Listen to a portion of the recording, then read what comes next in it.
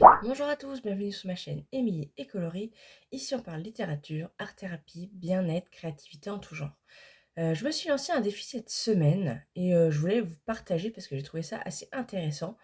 Combien de temps est-ce que je mets pour choisir mes couleurs quand je fais des coloriages mystères ou du coloriage par numéro?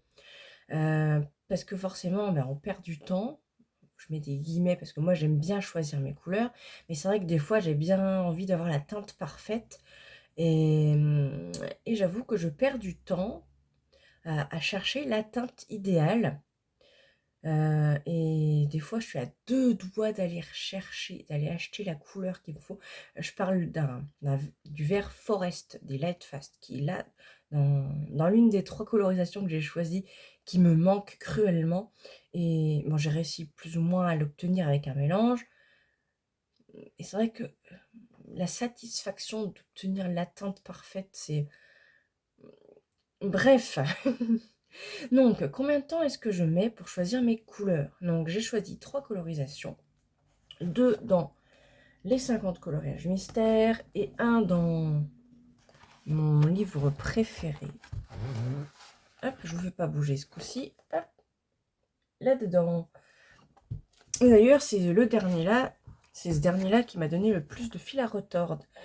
Donc, mes 3, donc, il y en a un avec 11 couleurs, l'autre avec 12 couleurs, il me semble, et le dernier, il y en a 48. Bon, je vous insérerai la vignette des trucs, des coloriages terminés. Mais voilà déjà le premier que je comptais faire, la page 7.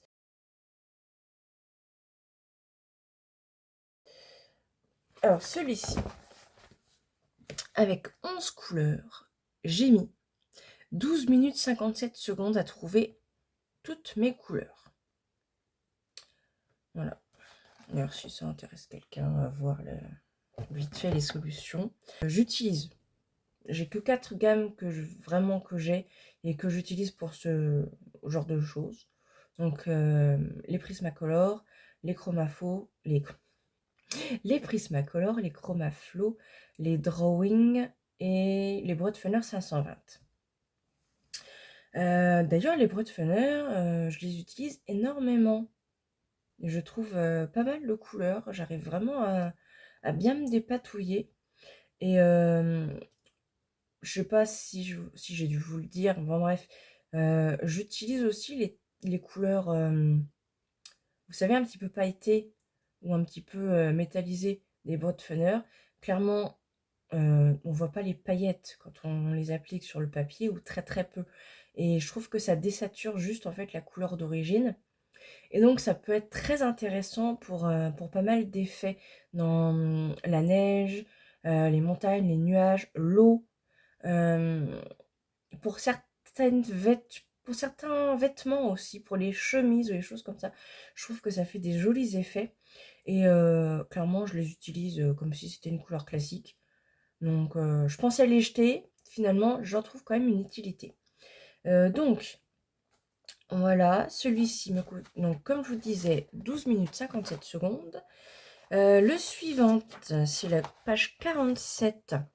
Alors, c'en est un que j'aime pas forcément, donc je me suis dit, pourquoi pas l'inclure là-dedans. Je trouve que la solution est un peu bizarre. Bon, alors j'ai changé une couleur.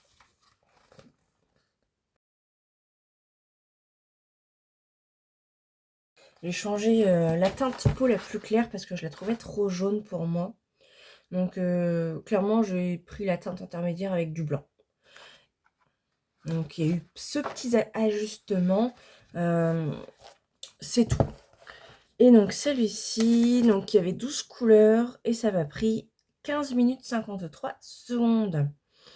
Donc autant dire que 12 couleurs, on va dire qu'on est dans les 13, 20 minutes. Parce que là, c'est vraiment juste noter sur mon papier, choisir mes couleurs. Je compte pas dedans, aller les chercher, les piocher, parce que forcément, on rajoute un petit peu plus de temps. Là, c'est vraiment juste choisir mes couleurs. Voilà. le dernier, pas des moindres, parce que c'est vraiment le plus hardcore, celui qui me demande le plus de fil à retordre. Et celui-ci, Après l'orage, très jolie peinture. Comment vous dire, j'ai pas tout trouvé. J'ai pas tout trouvé. Il me manque 10 couleurs sur mes 48. Et c'est des couleurs que je vais avoir difficilement en mélange. Et donc là, pour les 38 couleurs que j'ai trouvées, j'ai déjà mis 53 minutes 17 secondes. Sachant qu'il y a des mélanges que je vais sans doute le reprendre. Parce que, comme je vous ai dit, je vous ai dû faire des mélanges pour obtenir certaines teintes. Et c'est encore pas le plus fidèle.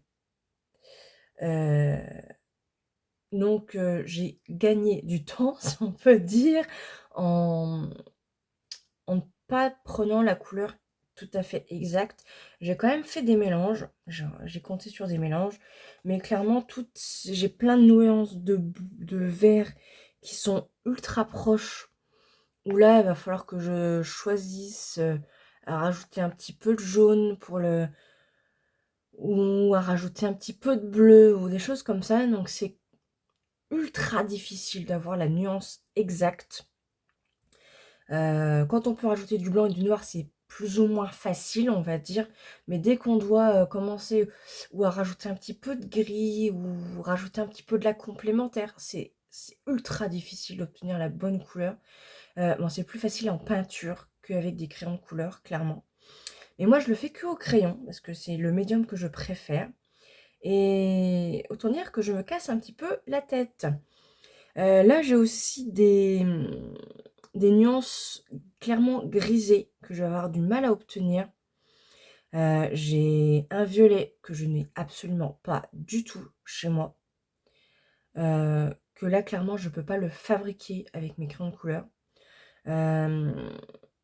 J'ai un jaune un petit peu vert qui pas évident à fabriquer non plus. Voilà, j'ai eu beaucoup de mal à trouver certaines nuances parce que vous voyez, il y a une toute petite pointe de quelque chose qui la change. Et clairement, ce livre-là, c'est des peintures c'est des œuvres que j'essaie de reproduire, que j'essaie de trouver la nuance la plus exacte pour coller le plus au tableau original. Clairement, maintenant, dans les coloriages mystères classiques, là-dedans par exemple, je me fais un peu moins, je vais dire un peu moins chier, mais c'est un peu ça en fait. Je me laisse plus de liberté. Des fois, je change radicalement la couleur, surtout les teintes de peau, parce que je trouve que dans ce bouquin, en tout cas, les teintes de peau, elles sont un peu bizarres. Enfin, elles sont trop jaunes. Enfin, je trouve que les lumières, elles sont trop jaunes sur les couleurs peau. Enfin bref, c'est que mon avis, hein. Donc je me permets quelques incartades dans ce livre. Mais clairement, là, si je veux coller au plus près, il me manque des nuances. Et des nuances de vert, clairement, que je sais que je peux retrouver dans les Light Fast, notamment, avec les Grass Green. Avec le vert forest, avec le seaweed, peut-être le pine aussi. Donc je suis bien tentée, parce que surtout que cet après-midi, mon conjoint va dans une grande ville où j'ai un géant des beaux-arts qui vend les Lightfast à l'unité. Je suis à 2 doigts de l'accompagner juste pour m'acheter 4 couleurs, quoi. Oui, parce que ça coûte assez cher. En général, en tout cas dans ce livre-là, il y a pas énormément de couleurs. Il y en a, au maximum, il doit y en avoir 18, 20 peut-être. Donc, faut compter 20, 25 minutes, peut-être 30, voilà, pour choisir ces couleurs. Voilà, je compte aussi quelques mélanges, hein, je compte. Donc, clairement, si vous avez tous les crayons de l'univers, avec un bon nuancier, il y a juste à feuilleter le nuancier et vous tombez sur votre couleur. C'est ce que je fais d'ailleurs, moi je fais ça consciencieusement, je feuillete bien toutes mes couleurs. Si j'ai besoin d'un vert, je feuillete tous mes verts, même si, je veux dire, je m'arrête pas au premier vert qui ressemble. Je fais vraiment des comparaisons pour avoir celui qui colle le plus. Moi j'adore faire ça. Je trouver la bonne couleur, c'est mon truc et même si des fois ça part à l'obsession. Hem, donc voilà. Donc pour un colo classique, on va dire, avec des couleurs, pas trop de couleurs, une vingtaine, moins de 20 couleurs, 14-15 couleurs, on va dire 20-25 minutes, 30 pour être large. Si vous devez faire vraiment beaucoup de mélange, si vos gammes sont pas trop étendues. Et voilà, si on veut vraiment coller au maximum, avoir les couleurs exactes, et encore celui-ci j'ai que 48 couleurs. J'en ai trouvé que 38. Et j'ai pas encore fini de chercher de trouver toutes mes teintes parce que, bah, comme je vous dis, il y a des couleurs qui sont extrêmement compliquées à faire au crayon de couleur. Voilà, j'ai trouvé ça très intéressant comme petit challenge, comme petite chose à voir. Ça m'a fait franchement, très plaisir de le faire, de vous partager ça. Dites-moi ce que vous en pensez, si vous arrivez à lâcher prise sur les couleurs, parce que je sais qu'il y a beaucoup de gens qu'en fait ils s'embêtent plus.